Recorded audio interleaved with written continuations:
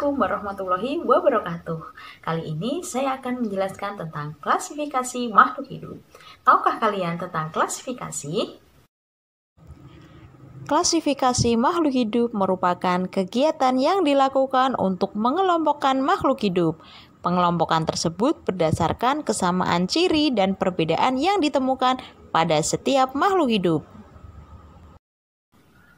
Tujuan dari klasifikasi yang pertama adalah mengelompokkan makhluk hidup berdasarkan ciri-ciri yang dimiliki. Yang kedua, mendeskripsikan ciri-ciri makhluk hidup dan membedakan makhluk hidup antara yang satu dengan yang lainnya. Yang ketiga, memberi nama bagi makhluk hidup yang belum diketahui namanya. Selain itu, klasifikasi juga memiliki yang namanya manfaat. Manfaatnya meliputi, yang pertama adalah kita dapat menyederhanakan objek biologi yang beraneka ragam sehingga mudah untuk dipelajari, mudah dikenali, dikelompokkan, atau dibandingkan. Yang kedua, dengan klasifikasi kita dapat mengetahui hubungan kekerabatan antara jenis satu dengan jenis yang lainnya. Selanjutnya, dasar-dasar klasifikasi makhluk hidup. Yang pertama, berdasarkan persamaan dan perbedaan ciri-ciri fisik yang dimiliki. Yang kedua, berdasarkan ciri-ciri morfologi dan anatomi. Yang ketiga, berdasarkan ciri-ciri dari biokimia. Yang keempat, berdasarkan dari manfaat. Sistem-sistem yang ada dalam klasifikasi makhluk hidup, yang pertama menggunakan sistem alamiah.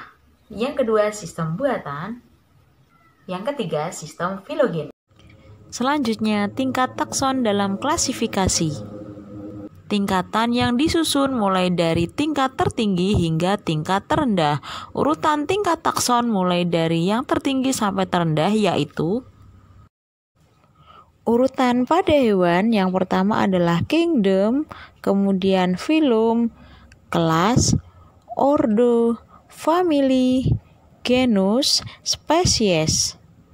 Urutan pada tumbuhan meliputi regnum, divisi, kelas, ordo, family, genus, spesies. Yang membedakan antara hewan dan tumbuhan yaitu pada tingkat pertama dan tingkat kedua. Pada hewan, tingkat pertama adalah kingdom, tingkat kedua adalah phylum. Untuk tumbuhan, tingkat pertama adalah regnum dan tingkat kedua adalah divisi. Ilmu yang mempelajari klasifikasi makhluk hidup disebut taksonomi. Tokoh yang mengenalkan ilmu taksonomi adalah Carolus Linnaeus.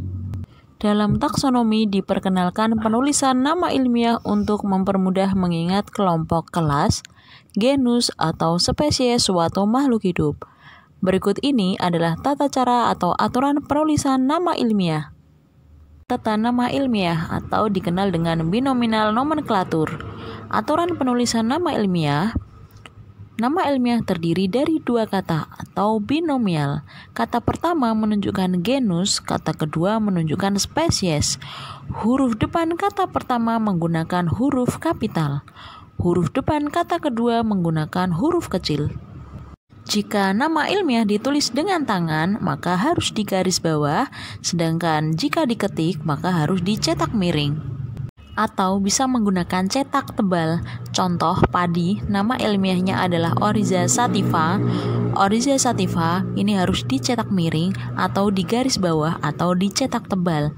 Dengan huruf depan menggunakan huruf kapital dan huruf kedua harus menggunakan huruf kecil. Kata Oryza sativa, Oryza menunjukkan genus, sativa menunjukkan spesies. Selanjutnya, kunci determinasi, yaitu keterangan mengenai ciri-ciri suatu makhluk hidup. Kunci determinasi digunakan untuk menentukan termasuk kelompok manakah organisme itu.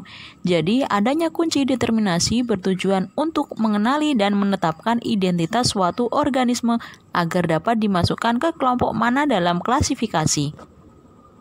Contoh kunci determinasi sederhana adalah kunci dikotom. Contoh soal, misalnya kita ingin mencari kunci determinasi dari bunga sepatu, lihat di sebelah kiri, di situ ada angka 1, 2, 3, 4, dan 5. Kita lihat dulu yang nomor 1. 1A, daun tunggal. 1B, daun majemuk. Ingat, untuk bunga sepatu itu memiliki daun tunggal, maka kunci determinasinya adalah 1A, daun tunggal. Setelah itu ada titik di sebelah kanan angka 2. Maka kita menuju ke nomor 2. 2A, bangun daun bergaris. 2B, bangun daur lebar. Ingat, untuk bunga sepatu itu memiliki bangun daun lebar, maka ditulis 2B. Di situ ada titik kembali menuju ke angka 3. Kita lihat angka 3. 3A, tepi daun bergerigi. 3B, tepi daun bercangkuk. Ingat, untuk bunga sepatu memiliki tepi daun yang bergerigi, maka kita tulis 3A, tepi daun bergerigi. Maka ketemulah kunci determinasi dari bunga sepatu, yaitu 1A, 2B, 3A.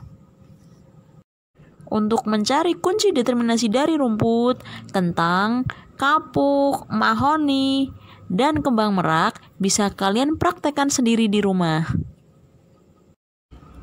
Untuk materi klasifikasi makhluk hidup bagian 3 akan dibahas di video berikutnya. Jangan lupa untuk tetap belajar dan tetap semangat. Wassalamualaikum warahmatullahi wabarakatuh.